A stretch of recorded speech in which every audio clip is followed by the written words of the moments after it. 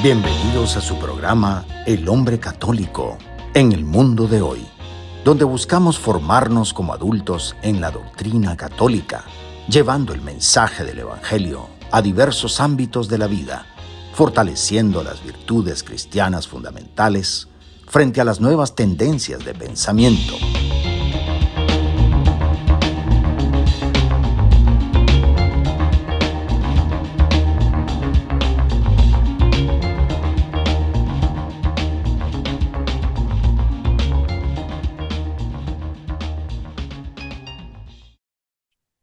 A este espacio de Fe y Esperanza de la 91.9 FM de Radio María en Español, donde exploramos cómo vivir la doctrina católica en nuestro diario vivir. Acompáñanos en esta hora llena de inspiración y formación espiritual para enfrentar juntos los desafíos de nuestra época desde la perspectiva de la fe cristiana.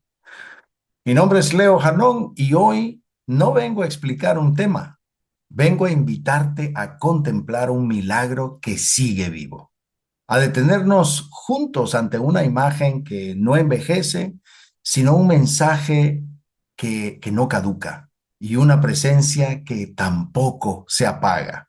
Hoy nos adentramos en el misterio de Nuestra Señora de Guadalupe, no como si fuera un recuerdo del pasado, sino como una promesa del cielo que sigue cumpliéndose en nuestra historia.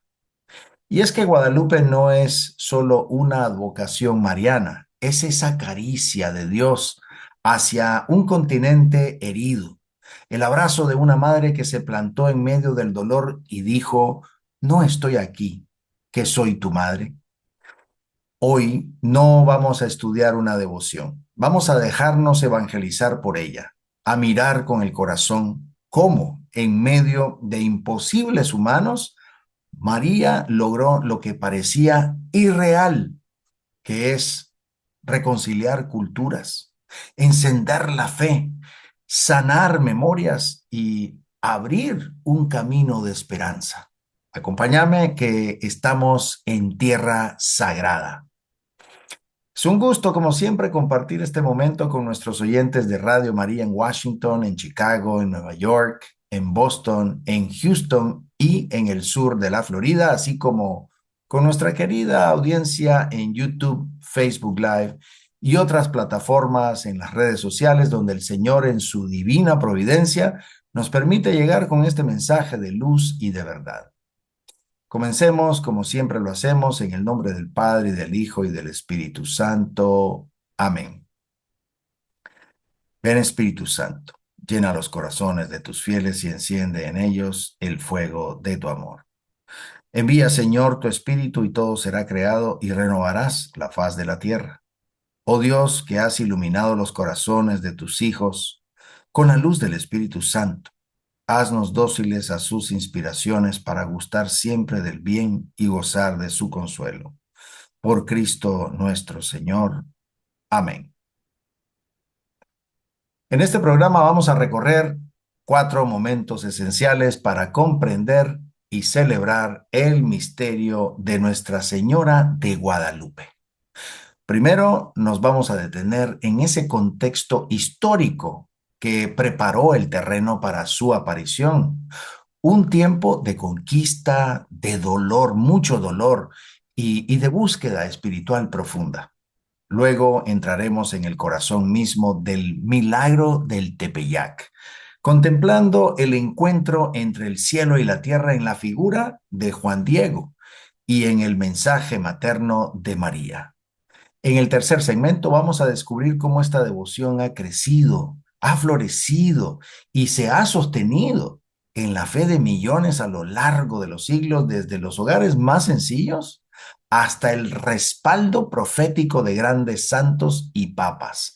Y finalmente vamos a mirar hacia el futuro, el papel profético de Guadalupe en el corazón de la iglesia que viene, en tiempos de desolación, de confusión y de sed de maternidad espiritual.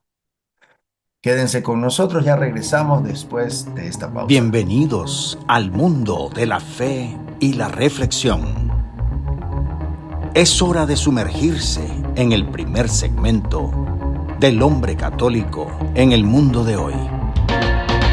Queridos hermanos, qué alegría encontrarnos nuevamente en este espacio de fe, en esta edición tan especial de El hombre católico en el mundo de hoy, donde queremos contemplar juntos a la Virgen de Guadalupe con una mirada nueva, profunda y también profética.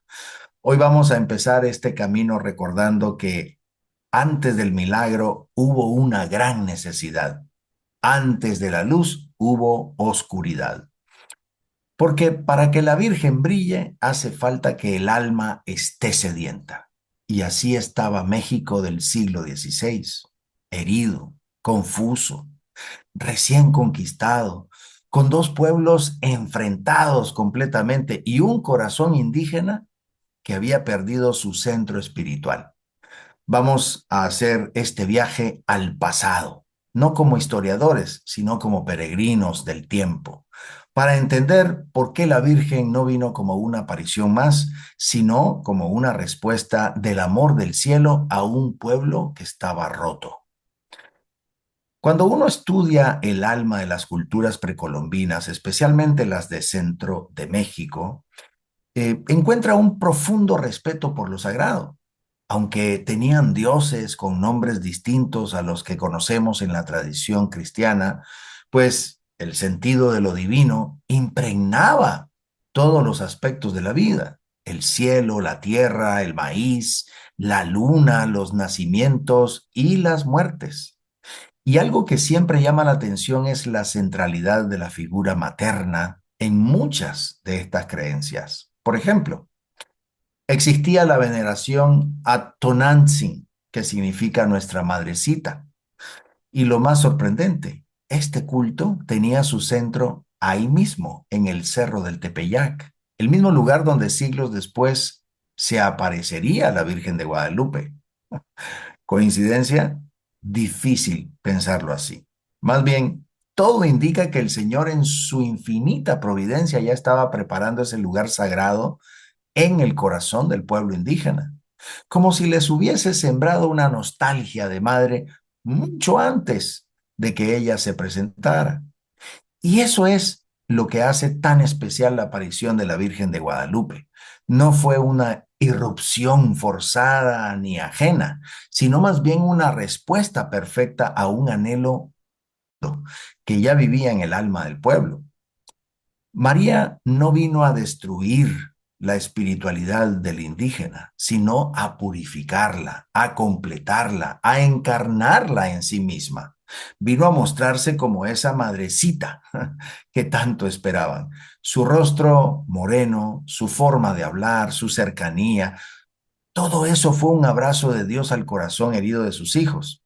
Y por eso la acogieron, porque antes de ser patrona fue madre.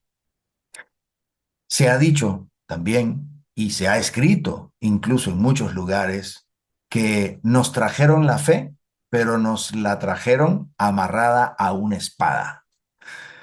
Esa frase, que se encuentra repetida en testimonios, crónicas y estudios, resume muy bien la tensión que se vivía en los tiempos de la conquista. Por un lado, pues llegaba el anuncio del Evangelio, la cruz de Cristo, la promesa de salvación, pero por otro, pues venía mezclada con violencia, abusos y el peso de una conquista impuesta por las armas. Es importante no caer en esos extremos al hablar de esto, ni condenar sin matices, ni idealizar sin conciencia.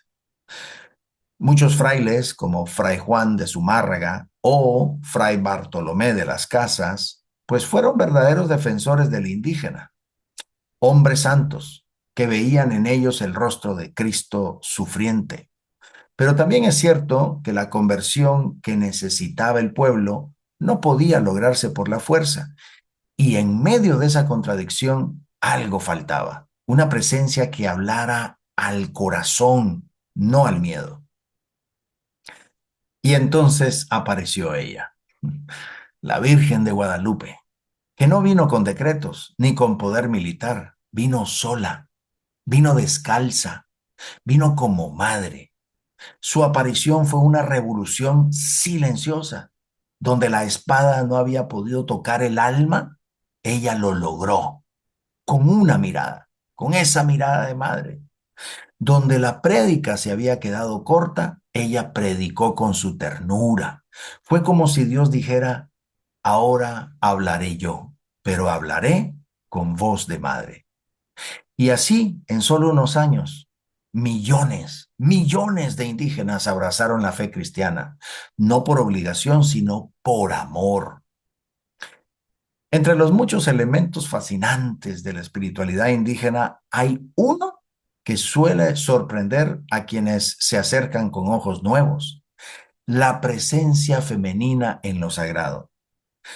En varias culturas mesoamericanas, la mujer no solo era vista como portadora de vida, sino como vínculo entre el cielo y la tierra. Muchas de sus deidades femeninas estaban relacionadas con la luna, como lo decíamos antes, la fertilidad, la maternidad, incluso el agua. Elementos todos que evocan también el lenguaje mariano que nosotros conocemos desde la fe cristiana. Y esto no significa que las culturas indígenas fueran perfectas, como ninguna lo es, pero sí que existía un lugar especial para lo femenino en lo divino. Y eso preparó sin duda el corazón del pueblo para reconocer en la Virgen de Guadalupe no una figura impuesta desde fuera, sino una madre que venía a completar lo que su alma ya sospechaba.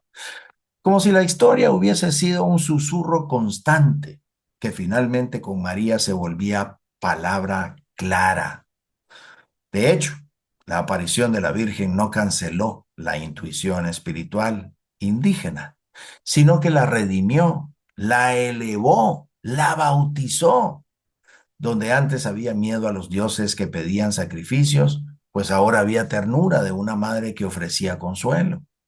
Donde antes se veía la divinidad como algo lejano o caprichoso, ahora pues era cercana, misericordiosa y amorosa. María no solo habló su lengua náhuatl, también habló el idioma del alma indígena, y esa fue la gran clave de su acogida. Los historiadores nos cuentan que para cuando ocurrió la aparición de la Virgen de Guadalupe en 1531, pues la situación espiritual y social en México era crítica. La conquista había dejado miles de muertos, la organización social tradicional se había derrumbado y la esperanza parecía desvanecerse. Muchos indígenas sentían que sus dioses los habían abandonado y no pocos se preguntaban si valía la pena seguir viviendo. Era, en palabras bíblicas, un tiempo de desolación. Y sin embargo, sabemos que los momentos más oscuros suelen preceder a los más luminosos, lo que en el lenguaje de la fe llamamos kairos, ese tiempo presente, o mejor dicho, tiempo oportuno en que Dios irrumpe con fuerza, pues estaba a punto de llegar. El cielo no permaneció indiferente ante el llanto de sus hijos. María, como madre de Dios y madre que no puede dejar de escuchar el dolor de sus hijos, descendió al Tepeyac para secar lágrimas, para sanar el alma de un pueblo desgarrado, para darles un motivo para vivir y una esperanza para amar. Cuando uno contempla el cuadro completo es imposible no conmoverse. El mundo indígena no fue simplemente un campo de batalla cultural, fue un valle de lágrimas que pedía redención, y la respuesta pues no fue una estrategia militar ni una lección de teología, fue el rostro sereno y moreno de una madre que decía: no estoy yo aquí, que soy tu madre. En medio de la desesperanza, María trajo consuelo, pues en su vientre venía el Salvador. En medio del caos, trajo orden. En medio de la noche, trajo el amanecer. Así, queridos hermanos, lo que hemos hecho y lo que hemos contemplado hoy pues nos ayuda a entender que la aparición de la Virgen de Guadalupe no fue un evento aislado ni un simple hecho devocional, sino una intervención divina en un momento histórico específico cuando el alma de un pueblo entero clamaba por consuelo y sentido. Que esta reflexión nos disponga para adentrarnos en el próximo segmento, en el misterio mismo de su aparición en el Tepeyac. Ya volvemos. Estamos en continuo crecimiento espiritual. El hombre católico en el mundo de hoy seguirá en un momento. Sean bienvenidos a este segundo segmento. Soy Leo Janón en este tu programa El hombre católico en el mundo de hoy. En este segundo segmento vamos a entrar al corazón del misterio guadalupano. Nos vamos a detener en lo que ocurrió realmente en el centro del Tepeyac. Las apariciones, el llamado de la Virgen a Juan Diego, el milagro de las rosas, la tilma. Todo eso que muchos conocemos ya de forma general, pero que merece ser meditado con el corazón abierto. Y para profundizar en esta historia, pues hay un tesoro espiritual que no podemos dejar de mencionar, el Nican Mopoa. Es el relato más antiguo y hermoso de las apariciones de la Virgen de Guadalupe, escrito en náhuatl hacia 1545 por Antonio Valeriano, que ese nombre pues no te deje engañar, porque era un indígena noble convertido al cristianismo. Su nombre significa aquí se narra. Nican Mopoa, así empieza, aquí se narra. Y así comienza este texto, que no solo narra hechos, sino que transmite ternura, evangelización y poesía celestial. El Nican Mopoa no es simplemente historia, es una catequesis viva, contada desde el alma de un pueblo que fue abrazado por una madre. Así que acompáñenme para descubrir y redescubrir este encuentro que transformó el corazón de América. Cuando uno se adentra en los hechos de las apariciones, se da cuenta que todo está impregnado de pedagogía divina.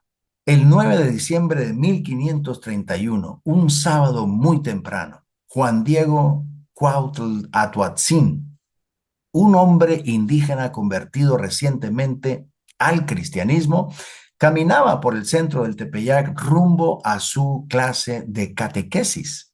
Así es.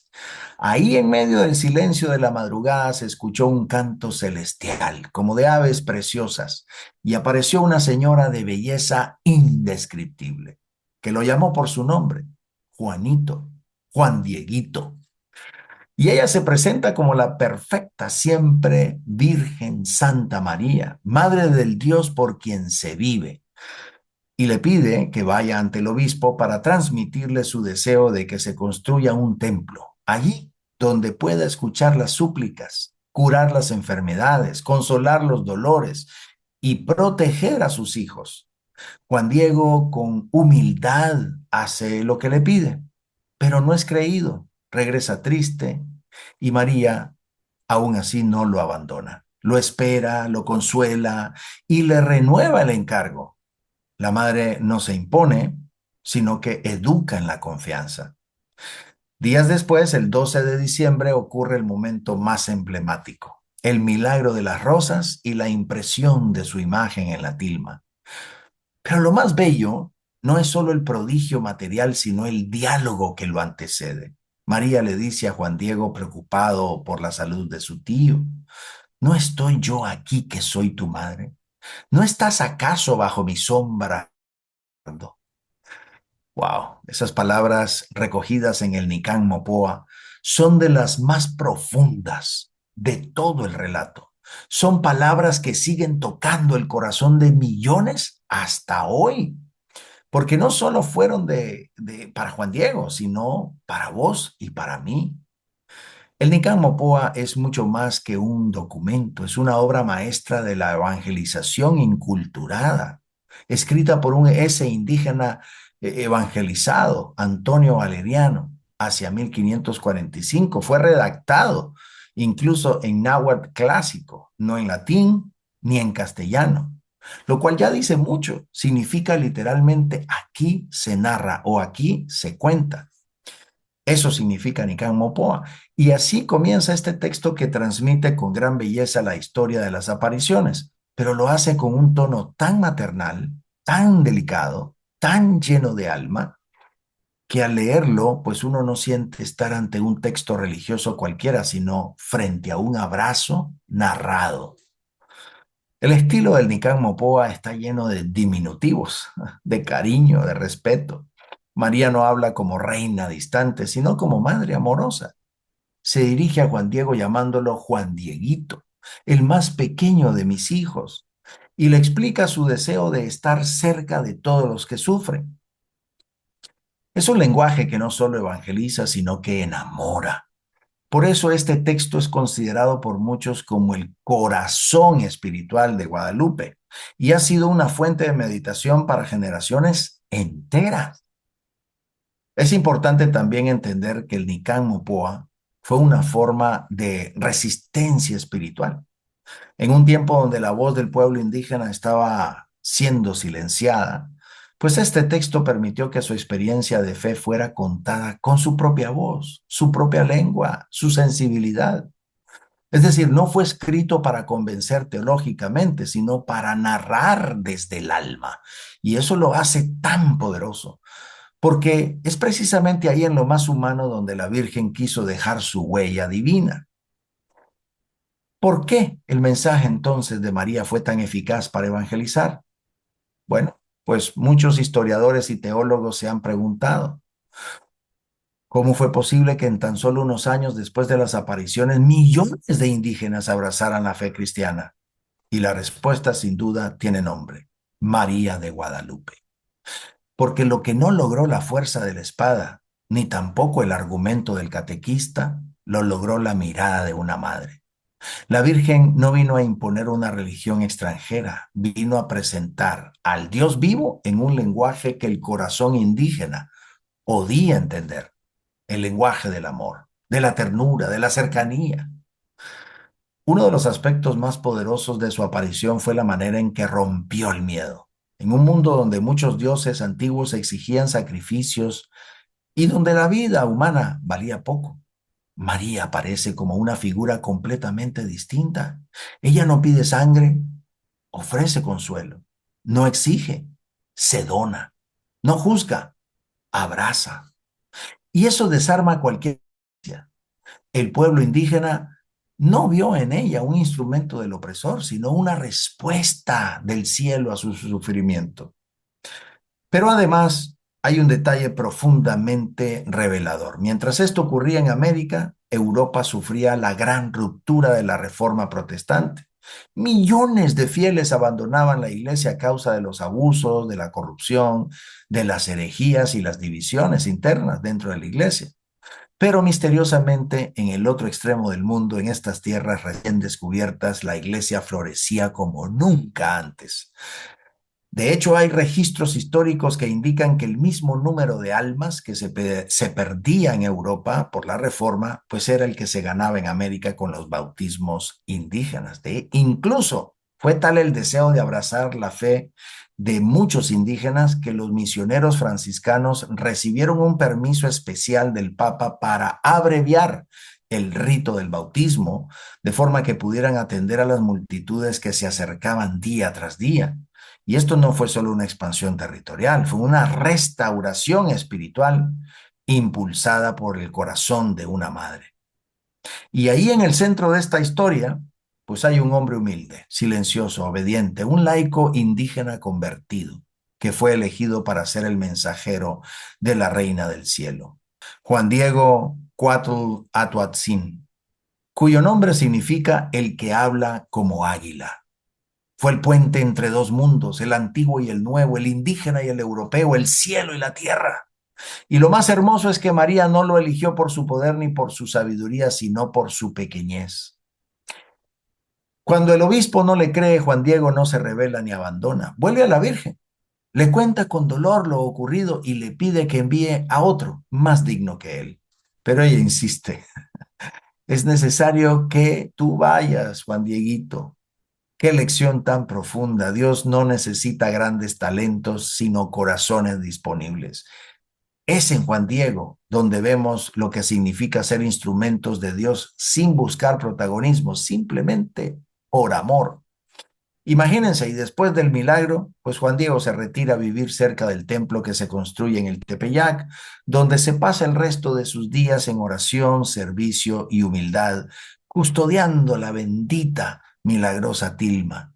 Su vida, pues, es testimonio de que cuando uno se deja tomar por Dios, hasta lo más sencillo se vuelve eterno. Bueno, en el próximo segmento vamos a ver cómo esta devoción ha crecido, se ha extendido y cómo hoy sigue siendo fuente de esperanza para el mundo entero. Ya volvemos. Nuestra reflexión continúa. Manténganse sintonizados para más de El hombre católico en el mundo de hoy. Entramos en el tercer segmento. Soy Leo Janón y vamos a ver cómo la semilla que fue plantada no quedó encerrada en ese siglo XVI. Al contrario, echó raíces profundas en el alma del pueblo mexicano y después se extendió como un río de gracia por toda América y el mundo. La Virgen no se quedó en Juan Diego. Su mirada sigue atravesando siglos, culturas y continentes. Su mensaje sigue resonando, su ternura sigue sanando y su presencia se ha vuelto un faro espiritual para millones de creyentes. Después del milagro de 1531, la noticia se propagó rápidamente. El pueblo que estaba herido encontró en la imagen de María una madre que hablaba su idioma y la fe floreció como en Pentecostés, solo que aquí, en América.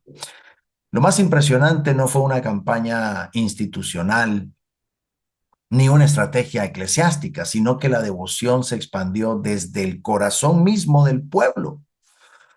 Las comunidades indígenas comenzaron a venerarla, a rezarle, a llevar su imagen en procesiones humildes, pero muy fervorosas. Se construyeron capillas por doquier, se pintaron retablos, se cantaron alabanzas, todo desde abajo, desde la fe viva del pueblo sencillo.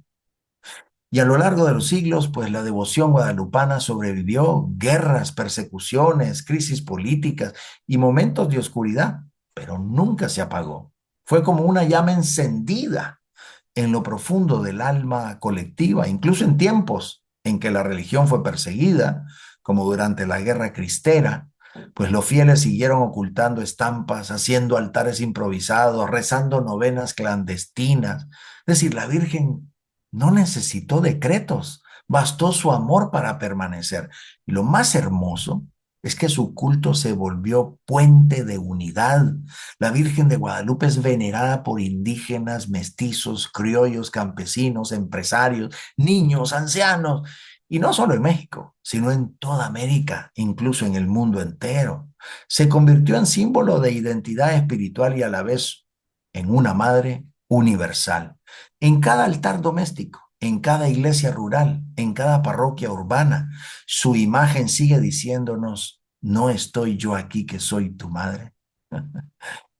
No pasó mucho tiempo para que la devoción de la Virgen de Guadalupe traspasara las fronteras de México. Los misioneros que salían a evangelizar llevaban con ellos su imagen.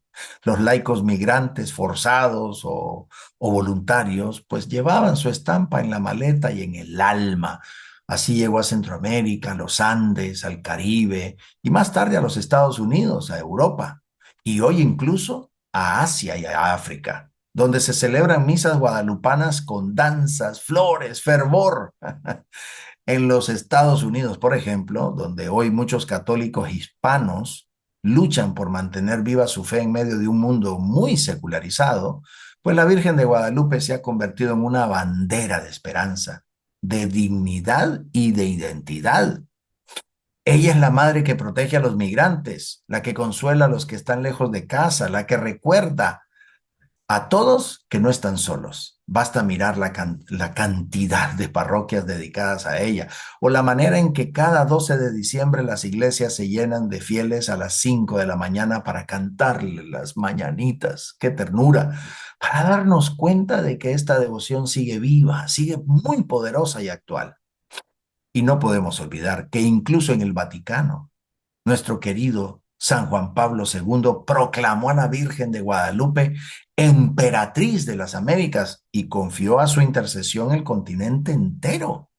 Es un reconocimiento no solo piadoso, sino teológico. El cielo ha querido que María tenga un papel especial en la historia de América. Desde el Nincán Mopoa hasta los santuarios modernos, su mensaje sigue cruzando océanos, corazones y generaciones. La historia de Guadalupe no se ha transmitido solo en libros ni en templos, sino en todo, sobre todo en el corazón de las familias. Millones de hogares han tenido generación tras generación una estampa de la Virgen a la entrada, en la cocina o en la sala, incluso en las compañías, en las empresas, siempre acompañada con flores, veladoras, rosarios y oraciones sencillas pero profundamente sentidas. Ahí en ese altar doméstico, la fe guadalupana se ha encarnado, ha fortalecido y transmitido como un tesoro invisible pero eterno. Es el lugar donde los abuelos le enseñaron a los nietos a persinarse, donde las madres le pedían por los hijos ausentes, donde los pobres encontraron fuerza para seguir adelante. Guadalupe se volvió parte de la vida cotidiana en estas familias. Esa presencia maternal también se hizo arte. Desde los primeros siglos después de las apariciones, comenzaron a surgir expresiones culturales impresionantes, de una belleza única: pinturas, bordados, danzas tradicionales, villancicos, poesía popular, los matachines todos esos altares hermosos adornados con flores naturales que se renuevan constantemente. La imagen de la Virgen en la tilma de Juan Diego ha sido interpretada por cientos de artistas a lo largo de los siglos, pero todos coinciden en lo mismo. Hay algo en su mirada que no se puede explicar, pero que consuela, transforma y atrae. Y es que, como ya vimos, el Nican Mopoa no solo fue un texto para ser leído, fue una semilla espiritual que brotó en la vida del pueblo. Inspiró canciones, predicaciones, procesiones, y aún hoy sus palabras siguen resonando. Muchas parroquias y movimientos han utilizado ese relato como base de catequesis para adultos, para jóvenes y niños, porque no solo le enseña a la historia de Guadalupe, sino el estilo de Dios, un Dios que actúa con ternura a través de los pequeños y que se comunica en el lenguaje del amor. Guadalupe no se quedó en el Tepeyac, se metió en la sangre de un pueblo y ahí sigue viva. Ahora, si hay un papa que amó profundamente a la Virgen de Guadalupe, ese fue sin Pablo II. No solo la veneró como un devoto más, sino que la reconoció como protagonista de la historia de salvación en nuestro continente y la honró con gestos, palabras, decisiones que marcaron para siempre el rumbo espiritual de América. Su relación con la morenita del Tepeyac fue tan íntima, tan constante y tan que podemos decir sin temor que fue él quien consolidó oficialmente a Guadalupe como madre de todos los pueblos de América. En 1979, apenas unos meses después de haber sido elegido papa, realizó su primer viaje apostólico. ¿Y a dónde creen que fue? A México. Y su primera parada, la Basílica de Guadalupe. Allí, de rodillas ante la imagen, dijo palabras que aún retumban en el alma del continente. Tú eres la madre del verdadero Dios por quien se vive, la siempre Virgen María, la que vino a encontrarse con nosotros en el Tepeyac. Y con ese gesto quedó sellado su amor. No sería la última vez. Regresaría en 5 ocasiones más a México, siempre como hijo que vuelve al regazo de su madre. Pero San Juan Pablo II no se quedó solo en los gestos. En 1992, al conmemorarse los 500 años del inicio de la evangelización de América, proclamó a la Virgen de Guadalupe como patrona de toda América. Y más adelante, en 1999, durante la celebración de la Eclesia en América, la declaró solemnemente emperatriz de las Américas, en una misa histórica celebrada en la misma Basílica del Tepeyac. No fue un acto decorativo, fue una verdadera proclamación espiritual. Desde Guadalupe, dijo él, María ha querido quedarse con los pueblos de América. Ella es el gran signo de comunión para todo el continente. Y como si fuera poco, el 31 de julio del 2002, pues San Juan Pablo II canonizó a San Juan Diego Cuatl Atoatzin, el humilde vidente del Tepeyac. Lo hizo santo en la misma basílica donde todo comenzó. Con eso no solo honró la figura de un indígena creyente, sino que reafirmó la autenticidad del milagro guadalupano y el papel del laico evangelizador, modelo para todos nosotros hoy. En ese acto, la iglesia reconocía no solo un hecho del pasado, sino una historia viva que sigue dando fruto. San Juan Pablo II no escondía su corazón mariano. Su lema papal fue Totus tuus, todo tuyo, María. Y murió un día sábado, día tradicional de la Virgen, con el rosario en sus manos. Pero su relación con Guadalupe fue especial. Él vio en ella el rostro de la nueva evangelización, el rostro materno de la iglesia, el modelo perfecto de inculturación del evangelio. Y por eso la amó, la proclamó, la defendió, fue su hijo fiel. Y a través de él, la iglesia entera renovó su amor por la Madre del Dios por quien se vive. Queridos hermanos, lo que hemos visto en este segmento nos muestra que la devoción a Nuestra Señora de Guadalupe no solo es un recuerdo del pasado, sino una realidad viva, creciente y profundamente eclesial. Guadalupe no es solo la madre de un país, sino la madre de un continente. Y su imagen no es solo un ícono sagrado, sino una promesa viva de que Dios sigue caminando con su pueblo a través del amor de una madre. Bien, en el próximo segmento vamos a mirar hacia adelante. ¿Qué nos dice Guadalupe sobre el futuro? ¿Qué papel jugará María en los tiempos por venir? ¿Cómo la iglesia puede, con y como ella, seguir anunciando a Cristo al mundo? Vamos a adentrarnos en ese misterio con esperanza y fe. Ya volvemos. El cierre está cerca, pero aún hay más por descubrir. El hombre católico en el mundo de hoy continuará en breve. Estamos en el cuarto y último segmento de este bendito programa guadalupano. Quizás este es el segmento más misterioso, porque si ya hemos recorrido la historia de Guadalupe desde las apariciones hasta su expansión global, ahora nos toca mirar hacia el horizonte, hacia lo que viene. ¿Qué papel tiene la Virgen de Guadalupe en el futuro de la iglesia? ¿Qué significa que tantos santos, papas y creyentes vean en ella un signo para nuestros tiempos?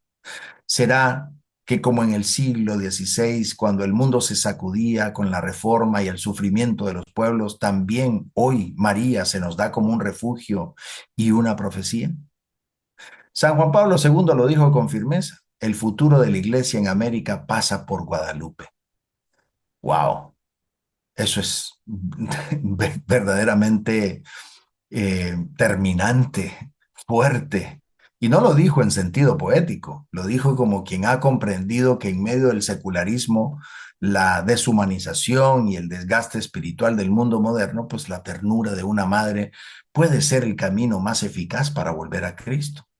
Porque donde está María está Jesús, y donde está Guadalupe, pues se abre un nuevo camino de esperanza para el mundo. Bueno, vivimos en una época en que la figura materna ha sido profundamente herida y confundida, no solo a nivel humano, sino espiritual. El mundo moderno busca autonomía a toda costa, incluso hasta de Dios, y termina huérfano, huérfano. Muchos hoy no saben a quién acudir, en quién confiar, de dónde vienen ni hacia dónde van. Y en ese contexto aparece ella, como hace siglos en el Tepeyac, pero ahora en el Tepeyac del corazón humano global. Guadalupe se presenta como antídoto contra la orfandad espiritual del mundo moderno. Ella no es ideología ni discurso, es presencia. Una presencia que cura, que consuela, que orienta y que recuerda que no estamos solos en ese mundo de pantallas, mundo de ruido, de confusión, pues su imagen serena, su rostro moreno y su voz suave siguen diciendo: no estoy yo aquí, que soy tu madre. Y ese mensaje tiene una fuerza increíble para los tiempos por venir, porque María no solo es consuelo, también es escuela. Nos enseña el silencio, la escucha, la entrega, la humildad, la obediencia, valores que el mundo ha olvidado, pero que la iglesia del futuro necesita recuperar para poder ser fiel.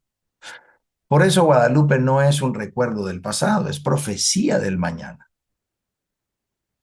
A lo largo de los siglos, muchos santos han anunciado que en los tiempos finales Dios dará a María un papel especial. San Luis María Griñón de Montfort, por ejemplo, profetizó que María formará los grandes santos de los últimos tiempos, almas totalmente consagradas a ella para preparar el retorno glorioso de Cristo. El catecismo en el numeral 972 enseña que el papel de María en la economía de la salvación no se agota, sino que continúa hasta que todo se consume.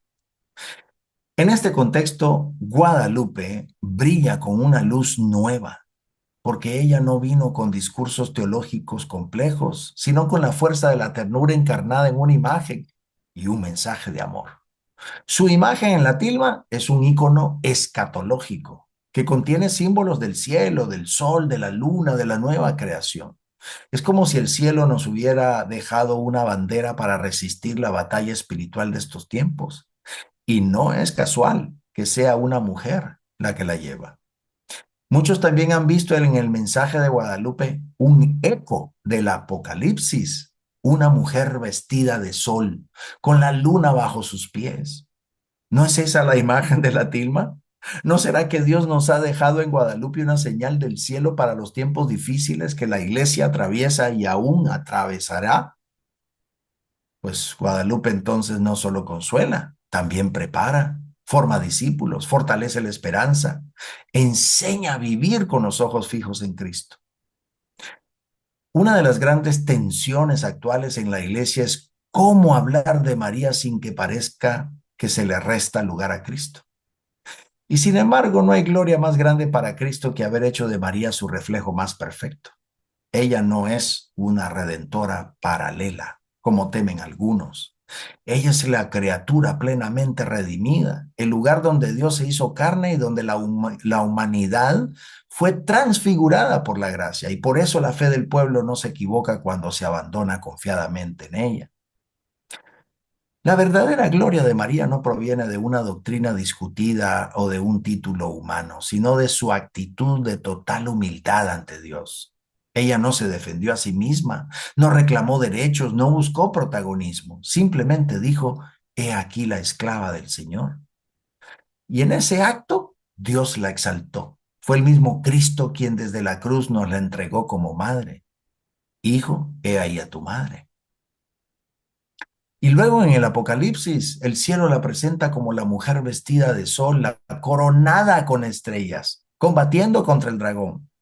Ella es sin duda la principal cooperadora en la redención, no por sustituir a Cristo, ni mucho menos, sino por haber dicho sí con todo su ser, como madre, como hija, como discípula.